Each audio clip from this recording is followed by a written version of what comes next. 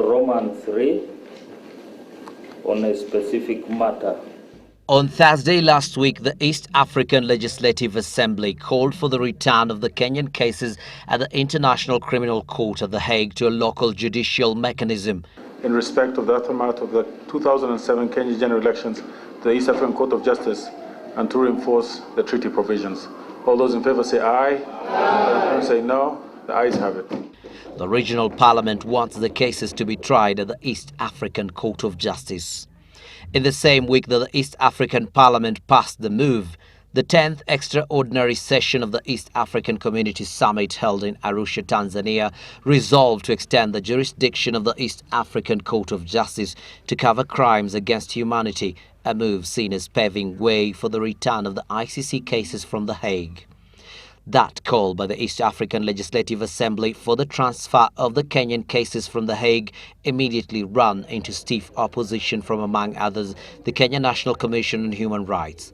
KNCHR warned that the move was ill-advised, as earlier efforts by Kenya to set a special court to try the post-election violence cases are yet to take off, and that EALA, which made the call, was not a signatory to the Rome Statute.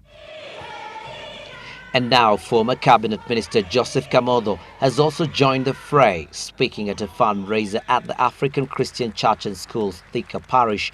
Kamotho dismissed the call, saying the East African Court of Justice cannot handle the said cases.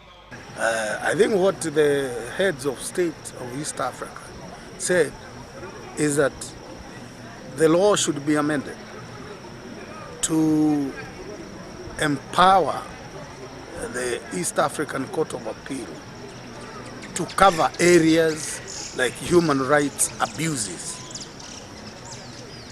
That's all I can say.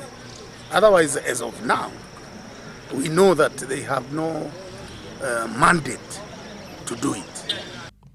Renowned lawyer Gibson Kamau Kuria has also questioned the wisdom behind seeking such a transfer of cases given the technicalities that will be involved.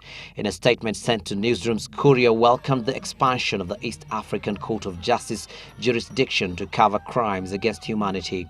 He, however, says that the transfer of the Ocampo 4 cases to the East African Court will not promote the rule of law because of 3 reasons, which are, quote, the East African community appears to be questioning the principle upon which the ICC is based. Secondly, the East African community as of now does not constitute a state with the primary duty to try crimes against humanity as envisaged by the Rome Statute. And finally, that if the transfer were to be effected, it would offend the principle that the delay of justice is denial of justice, unquote.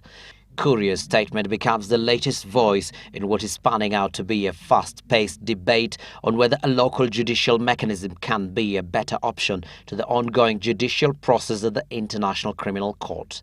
Abdi Osman, Citizen Live at 9.